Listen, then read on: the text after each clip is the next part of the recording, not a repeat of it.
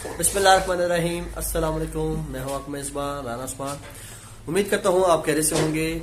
आज का जो हमारा टॉपिक डीएचए कोयटा है, जिसमें barcode file, open file, unsuccessful और A6 फाइल जो मार्केट में ट्रेड हो रही है, ये इसकी सेल परचेज के लिए मुझे कॉल कर सकते हैं। और इसके अलावा अर्ली बर्ड कमर्शियल बैलेट होने जा रहा है 31 जनवरी 2024 में।